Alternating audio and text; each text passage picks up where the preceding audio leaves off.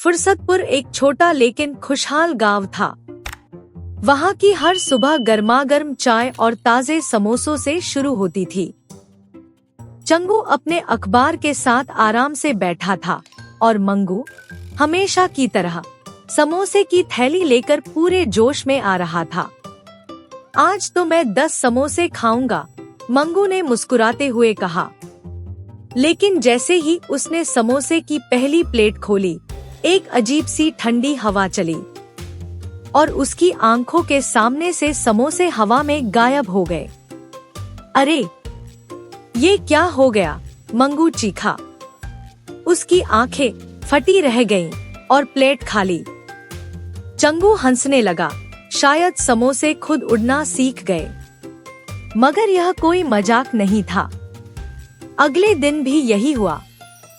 समोसे गायब, बिना कोई निशान छोड़े।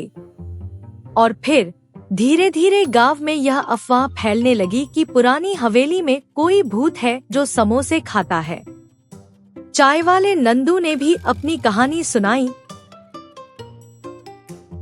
मैंने अपनी आंखों से देखा, एक चमकती आंखों वाला भूत मेरी दुकान से समोसे उठाकर चला गया और हंसी, ऐसी अजीब हंसी जैसे कोई पुराना रेडियो हंस रहा हो।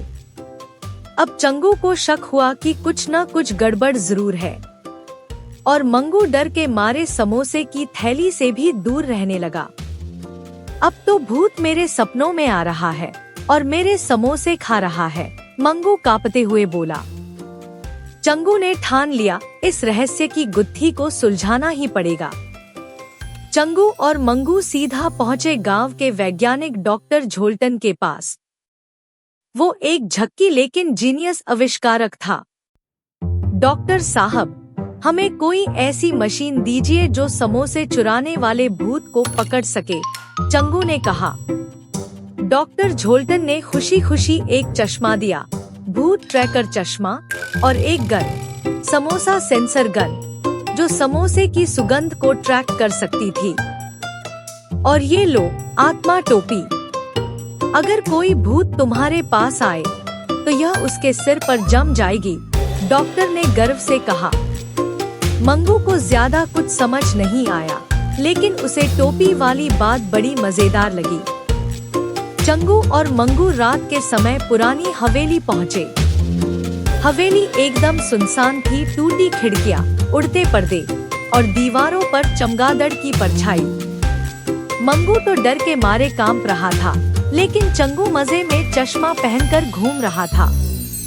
जैसे ही समोसा सेंसर गन ने बीप किया, दोनों चौकन्ने हो गए। कहीं से समोसे की महक आ रही थी और तभी हवा में कुछ तैरता हुआ दिखाई दिया, एक सफेद चादर जैसा आकृति जिसमें से लाल पीली रोशनी निकल रही थी। मंगू की तो सांसें थम गई, लेकिन चंगू ने चश्मा पहनकर देखा, ये कोई भूत नहीं बल्कि एक रोबोट था जो भूत की तरह तैयार किया गया था। चंगू ने तुरंत प्लान बनाया। उन्होंने हवेली के बीचों बीच एक बड़ी समोसे की थाली रख दी और दोनों पीछे छुप गए। जैसे ही वो भूत रोबोट समोसे के पास पहुंचा, चंगू ने आत्मा टोपी उसकी ओर फेंकी और बूम, टोपी सीधी उसके सिर पर जा गिरी और रोबोट वहीं बंद हो गया। मंगू खुशी से उछल पड़ा, हमने भूत को पकड़ लिया।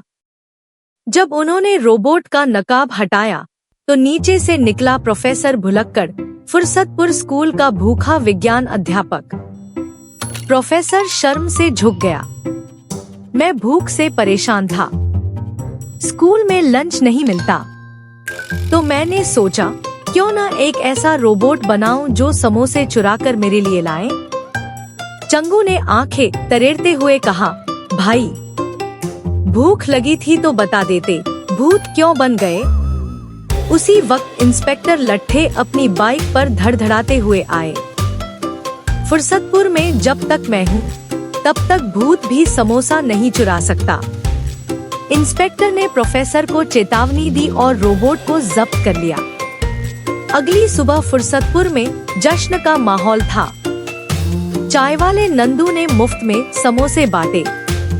मंगू ने 10 समोसे खाए और फिर भी बोला, अब अगर कोई भूत आए भी मैं तो उसके साथ शेयर कर लूंगा। चंगू हंस पड़ा, बस अब रोबोट से दोस्ती मत करना।